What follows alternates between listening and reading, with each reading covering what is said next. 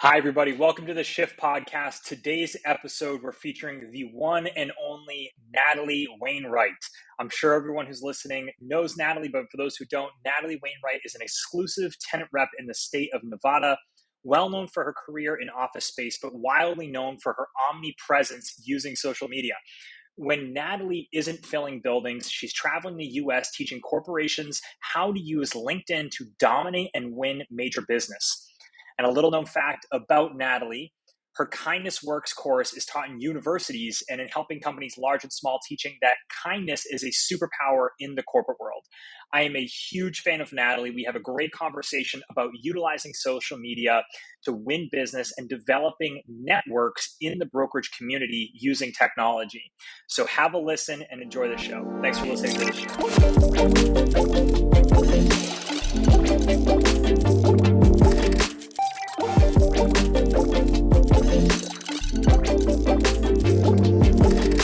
Hi, everybody. Welcome to The Shift. So excited to be joined today by the one and only Natalie Wainwright. Natalie, how's it going? Going great and better now. What's going on, Kurt? Yes. Awesome. Nothing much. Just working away here. So excited to be talking with you today. Excited to talk about all things real estate, prop tech, and everything in between. So I think first and foremost, Natalie, for those who don't know, which is probably a very limited amount nowadays, can you tell everyone about your background, how you got into brokerage, and kind of what you're doing today? You got it. I'll make it quick and dirty. So I am in the Nevada market. I service both Las Vegas and Reno. I had an unorthodox bring into the industry. A lot of people start in resi. I didn't. I started as a receptionist. I didn't even know what CRE meant. And then just kind of climbed the ladder over at Cushman & Wakefield here in Las Vegas. And now I'm an exclusive tenant rep. I'm servicing the state of Nevada. I do office space and flex space, and I absolutely love it. And it's interesting because I found a really cool way to be able to just have a ton of inbound business, and it's all through social media. So that's kind of what I'm known for. Yeah, that's awesome. And we can dive right into that, I think, because it's what you're known for. I think I've never seen someone better than you in this industry at creating personal brand. And you're doing LinkedIn mastery classes now, right? Which are just amazing that you're able to help hold those workshops.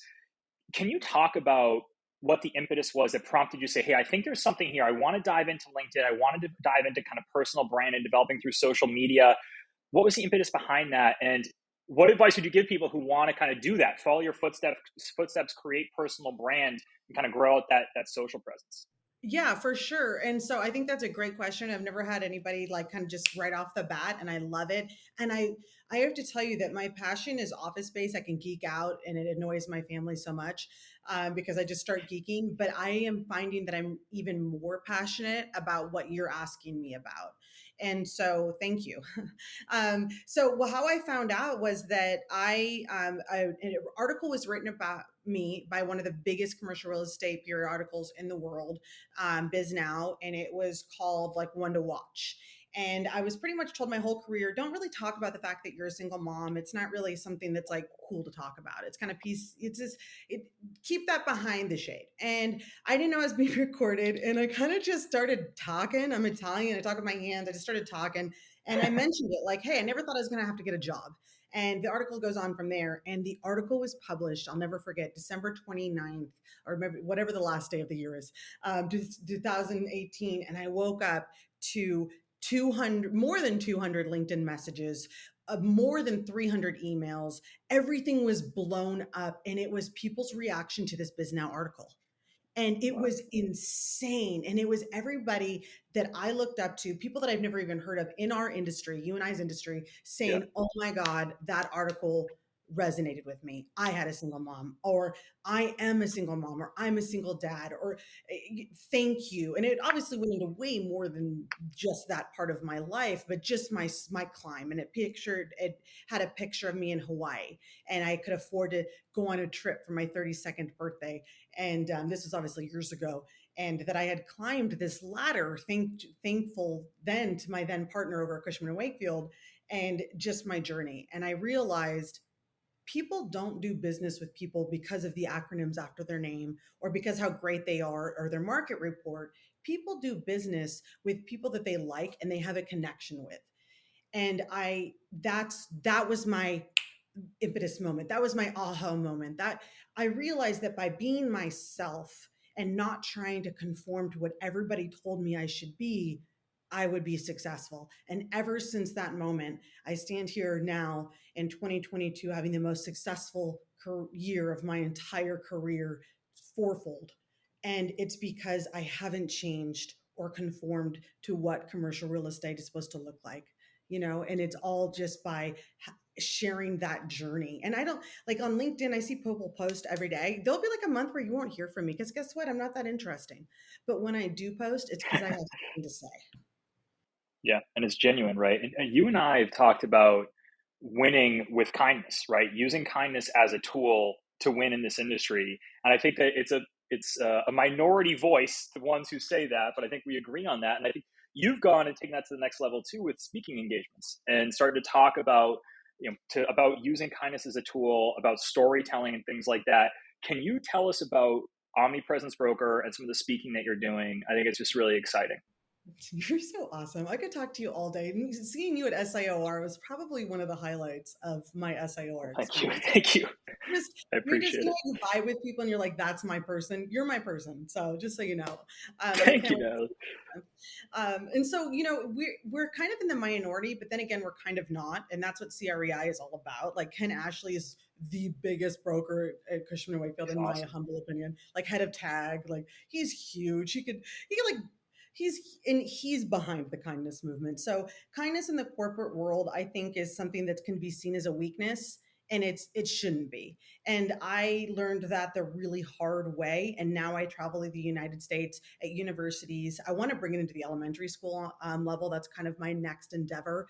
And I speak at corporations, commercial real estate or not, I don't really care, and teach that Yeah. it's a superpower to be kind because it will get you very far. Now, listen, our parents all taught us that kill with kindness, that works until you're being disrespected.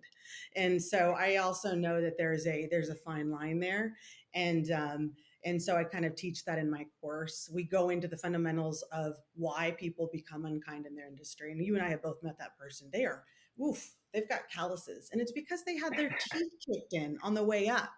And I Right. can totally relate to that woman now that I'm at this point in my career, because it would be really easy for me to be unkind and towards the people coming up. I see young, beautiful, smart, educated women in my career, and your first glance is like, ooh, they want to be the next generation of me.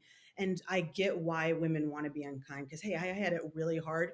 You should have it unkind, and that's just not the way it should be done. And so my kindness works course is to teach how to deploy empathy and why it works in business in such an amazing way, and how many clients I've won because they see that I do that course. And so LinkedIn is really my place to say, you got to think of LinkedIn like your storefront. And so when I post, it is about my kindness works course in Denver being so great because I've had a lot of fails. And so I don't share a lot of the fails. Sometimes I do. Sometimes I don't land. And so I really want anybody listening to this, because people are going to see Natalie Wainwright and think, okay, how does she do what she does on LinkedIn? Think of it as your storefront. When people go, what do they see about you? And the Google score, the Moz score, and I'm not techie, with LinkedIn is 100%. And you're way more techie than I am. And you're probably going to be like, okay, you're saying it wrong. And I probably am. But if you're not on LinkedIn using hashtags and you're not posting at least once a week, you are leaving hundreds of thousands of dollars on the table. Google yourself. And if your LinkedIn isn't on that first page and the top three, I can't tell you how many deals you're losing. I get 2 deals a week. I got one yesterday for the most expensive deal building in town. Opening line, I put it on Twitter and everywhere else because I can't help myself, because I want people to win with me, is Natalie, I follow you on LinkedIn. I know you're a Las Vegas tenant Awesome. rep. I, I mean, is the come proof's in the on. pudding? Does it get better than that? I mean, come on. What else do people need, right? What would you tell people that are, just want to get started with, like, hesitant, and they need assist in taking that first step and starting to kind of push their social presence? Yeah, 100%. Great question. I would say go to your profile and what does it say about you? Make sure you have a photo that's current. Make sure you do that free little 30-second video. Mine is awful. Go check it out. Have a laugh. Um, and even go to my profile, go to Kurt's profile, see what we're doing, and just copy us. Copy what we're doing. Copy that Right. we have an about. Copy that we have at least 3 hashtags in our bios, because those will help you scale higher on Google. And then if you're like, hey, what do I post? And it's always executive males that have this problem when I teach my courses. They're always like, I don't want to seem like I'm braggadocious.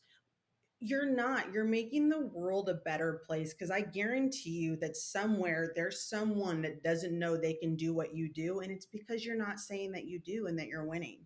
And you can brag about your clients. So if let's say you're newer on a team and you're newer on the industry, and you're like, how do I talk about this win? Because it wasn't really me, it was my senior. Well, then talk about the client. And don't say who the client is. So that way I never have to ask for permission, because it's like takes forever. Yeah. So you notice I just say, hey, so excited, did this great deal, 6,000 square feet, office building. The client was so great. We became close friends. And now there's this killer new bank over in Summerlin. Wham, bam, thank you, ma'am. And you're highlighting the client, or say why it's cool. That area hasn't had a bank for the last 4 years. Now people don't have to walk as far, or whatever. Put it out. You're doing yourself a disservice by waiting to be perfect. And I taught a class, I think it was this week. It was Friday. It was Friday. And women executives, they're so afraid of how they look, and they're so afraid of their grammar and their syntax. I got to tell you, we are all just winging it. And I would rather look like a hot mess than not put out anything, because guess what? We're all just swinging it. It was, our kids Yeah. are going to school. We're COVID. I mean, monkeypox just became a thing. So Right. people want to look and be like, she's human. She gets it. And she doesn't always use the right word. Right. And she's really good at Right. what Right. she does. And we Yeah. have They no. want to be, you're in the boat with them. Yeah. That's awesome. Yeah. Um, Talk to me about how we talked about the impact that it has in terms of social media presence on you winning business directly with tenants in the market. How has the network you've developed with CRE Fam and with Ken through CREI, how has Yeah. it impacted the network that you're creating with other brokers in other markets, and what's that done to your business? Well, it's almost vice versa, the way that you asked the question, because that has been bigger than the business directly with the clients. This hashtag CRE fam has changed my entire life. When I left Cushman and Wakefield, Wow. I was on a team and I had a partner, and it was the greatest thing that could have ever happened to me to be there. So just so you know, at Cushman, like that changed my entire life to be there. And when I left, I thought, oh my God, people told me to join a team and everything else. And I was like, no, I'm a lone ranger. And the support of the CRE fam and having that network of brokers around the United States to get a deal done. There's a broker in New York called Gabe Moran. His name is Gabe Moran's. You have to, do you know Gabe Yeah, from I know Salad? Gabe. Yep. Gabe's great. Okay, okay. Who Gabe's great. doesn't, right? It's almost like, do you know Gabe? He is one of the most incredible human beings in the world. Ken Ashley, the network of brokers that I've met, Twitter is where it's at. And by the way, sir, how do I get you more involved?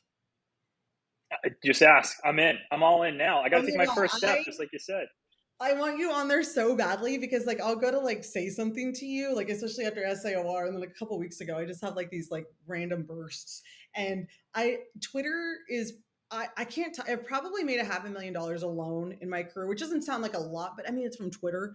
um Well, it's I, more I than should say in zero. the Yeah, last that's couple of great. years. I should say in the last couple of years, Yeah, maybe the last 3 years, I've made off of Twitter alone, just in connections and relationships, and the fun that we all have. I know people's kids' that's names, awesome. like Ken Morris in Florida. He just went to JLL, and what's really interesting, and this is a secret, don't tell anybody, but people with shops in my market will still use me because we're Wow. so close. And Right.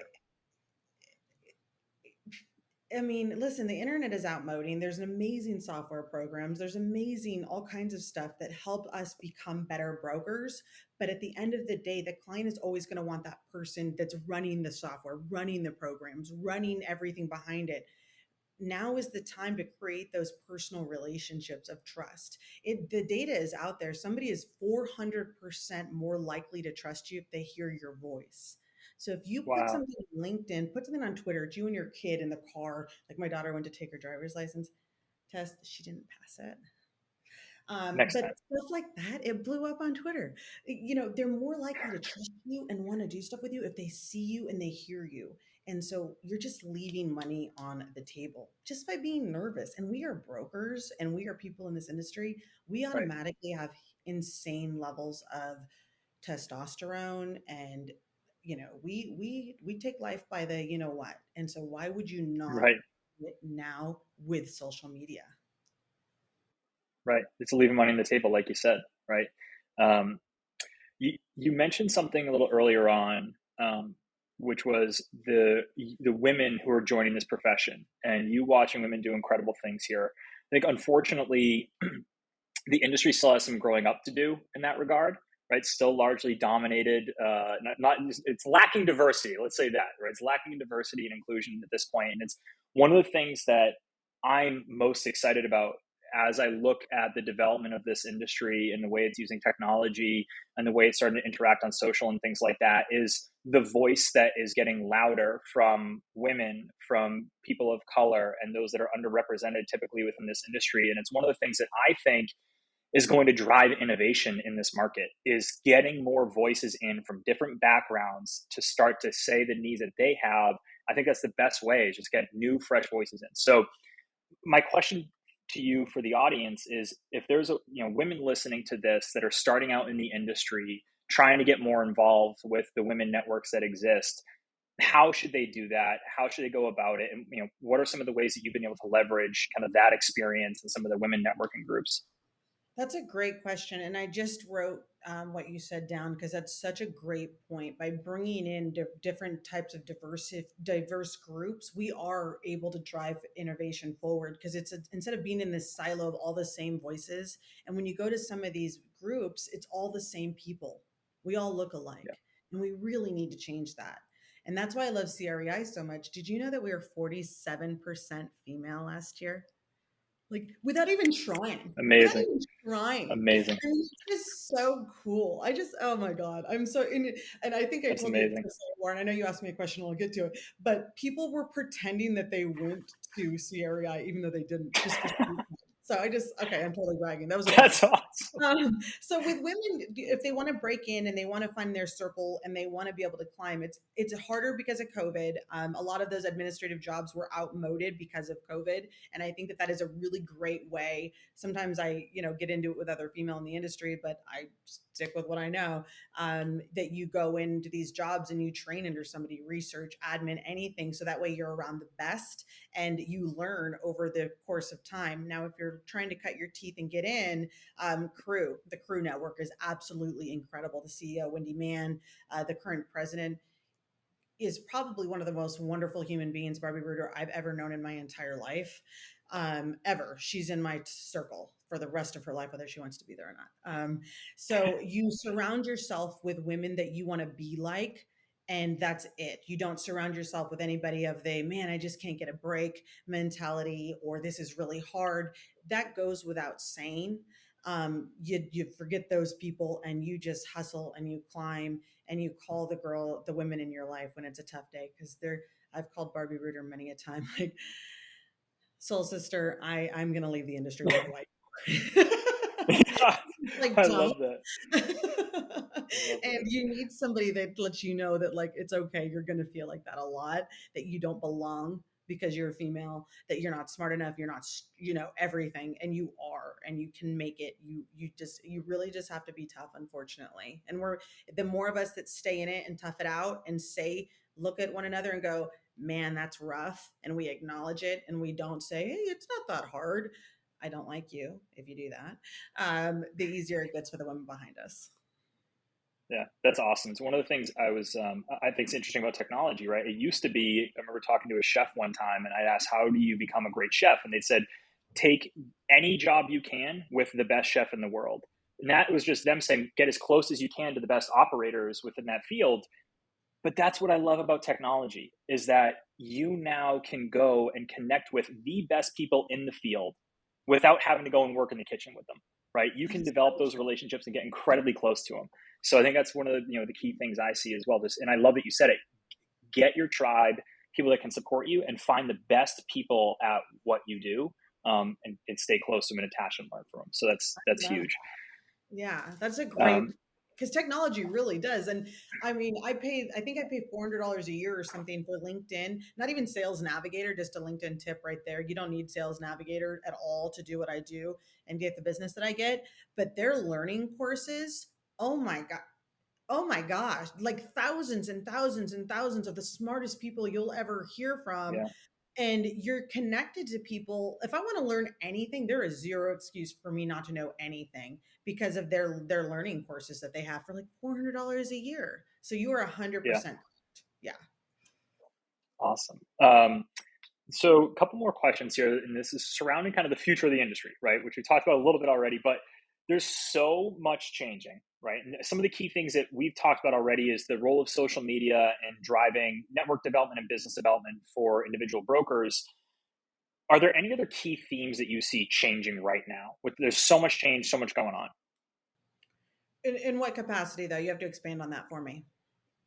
Is yeah, it was a general one. So I think just key themes in terms of how you're seeing business change, how you're working with the client, how you're working with other brokers, and the types of deals that you're seeing happen. Just like what are you seeing kind of change on a macro level and how you're working, Yeah, I if think that anything. Well, yeah. I mean, that's why I had you kind of dive in a little bit deeper because I think everything is changing. The way that I've run my business is entirely different. I think that you and I first started talking about a year and a half to 2 years ago. I had an assistant, which I'm actually trying to rehire. I'm trying to hire a partner. I was buried. I was working 14 to 16 hours a day. I had no quality of life. I think I was a different person. I don't know if we connected enough for you to know that I was so buried that there was like a gorilla on my back. And it was the way that I was running my business. I had more tenants than I knew what to do with. And I just thinking about it, I need to breathe one moment. And Serenity, serenity.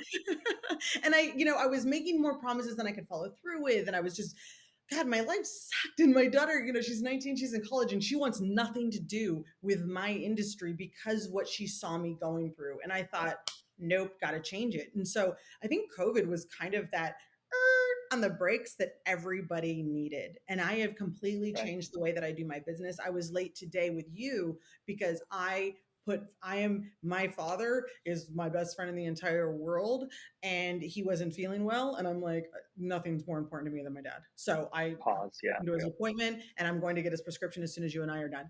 And so I have structured my business where I can work anywhere. My office is a crypt. Lil Wayne puts his money in a crypt.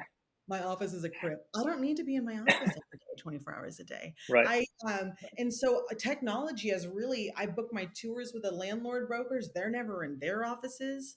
My CRM does things from the beginning to the end. I just it's completely different. I don't know if you're talking to Yeah. other brokers that are doing it this way as well. I take on the big fish. The little fish I love, I respect. I think they have the right to proper representation just as the big guys. I'm a one woman shop that Yeah.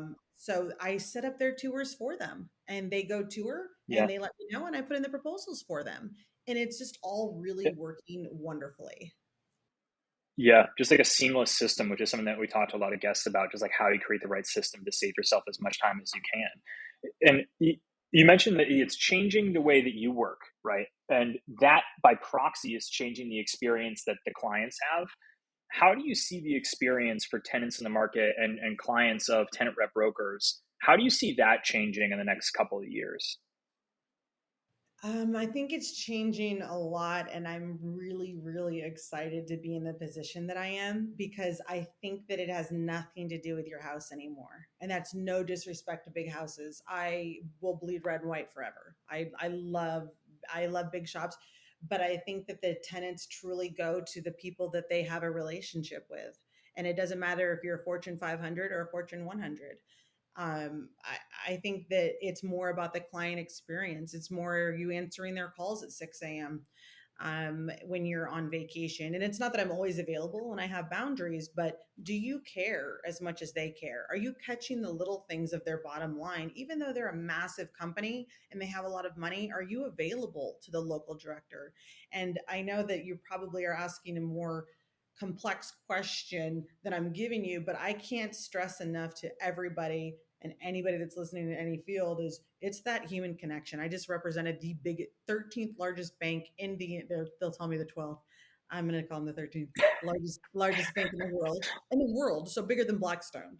And the Wow. director of the entire deal that we did together, he texted me. It's the first client that's ever done this, and said, I just want to make sure that the landlord paid you on time. Like, that's how close we are. And I know his favorite whiskey. And I think that it comes down to those types of things. That's going to make Yeah. me here making more money than I know what to do with for the rest of my career. Right. Because I treat them, they're in my circle. I pay attention to every single detail, and I'm not trying to take on every single deal. Two more questions here. Thank you so much. This is awesome. Oh my God, you're the Tell best. everyone, I'm sure everyone already knows in the audience about CREI, but can you just talk for a moment about about CREI, how it came to be, and kind of what you guys have coming up here? Yes, go to creisummit.com for the full to register everything else. The hotels are starting to get booked up. I'm getting a little bit nervous. I'm trying to remind everybody. So creisummit.com, CREI is founded by Ken Ashley of Cushman & Wakefield. I'm a co-chair with Casey Flannery. Everyone knows her, and Melissa Alexander. And it's just a coming together of everybody is invited. Every broker is invited, list makers are not, as long as you are in commercial real estate and you are commission based, if that makes sense. And then people are also welcome to sponsor. Obviously, we have Lisa up I'm very proud of that as a sponsor. And we Excited all for it. come together and we share the best practices to be the top of your game on how to earn business using social media. And so many deals came out of 21. I know I got 3 deals out of it. And Ken doesn't like us to talk about, like, oh, you're not going to leave with deals. You leave with deals. Okay. Ken, slap me later. And we collaborate, we create content. You learn how to use Instagram, you learn how to use LinkedIn, you learn all these things that your kids are laughing at you because you don't know how to do it. And you come out better at your trade. Your clients are going to want you to learn. I just got a huge deal because they're like, hey, maybe you can help us in that market, get business in your market because we see you everywhere. Omnipresence, guys, it's the move of the future. If you're not doing it, I don't care that you've been in the business for 30 years. Nobody does. You need to be connecting. And we're all just really kind. We kind of have a no, you know what, policy. We literally have that policy. Don't tell Yeah, anybody though. it's no, it's great. I love that. I I love it, can't and wait it's to see still like you in first inning, person. right? Are you bringing your I wife? know it's gonna be. Probably not. Maybe she's gonna be. She's gonna be. Oh wait, she's gonna be in Vegas. I'm gonna be there with her. She's doing a gig out there. When? For those who don't know, my wife's a singer, so yeah, I'll be out there with her in Vegas. I'll keep you posted on the date. It's gonna be Okay. I would love to like hear, late but we're all October. the CREI, we're all bringing our significant others. And so it's that type of a Didn't know vibe that, is why I asked. Yeah, see? And it's that type and of I a will vibe. probably. You Yeah, bring your significant others. We have dinners together. We collaborate. Like, we're at the jacuzzi together. It is the greatest, most everybody is welcome. You don't feel awkward walking in a oh, room vibe. oh, It's like a big hug. that's awesome. I can't wait. Thank you so much, Natalie. I literally will. I got to talk to Jody now, and we got the line here. But this is awesome. I hope that I can bring her with me. It's great. My last question is this: Yes. first 20 episodes, we're having women leaders in this industry. I'm so excited about it. We have a number of people that are going to be joining us. You obviously being one of them. Is there a name, 2 names, 3 names? Who else should we be having on this podcast Oh here? my God, thank you. Tiffany Ryland actually called while we were talking. Do you have Tiffany Ryland on? You need, okay, she's amazing. Okay. Tiffany Ryland, Carrie Bob, Well, the co-chairs of CREI Summit, obviously Barbie Reuter. Hello, hi. awesome. I mean, Awesome. I can name a million. It's really great what you're doing, Kurt. Thanks. You're genuine and you're true in what you're trying to do, and that is a rarity in this industry. And I appreciate you for who you are a lot. I'm dead. Like, you're just a really great guy. Ken and I have talked about you a couple of times. So the fact that you're coming and that you're supporting CREI in its second year says a lot. So I think the world of you. Awesome. Thank you so much. That's the cue. There it is. Thank you so much, Natalie. You're the best. I'll Thanks. follow up with you. We'll talk to you soon. Have a good one. And thanks for taking the time. Thanks so much. Have a good one. All Bye. right. See ya. Bye bye.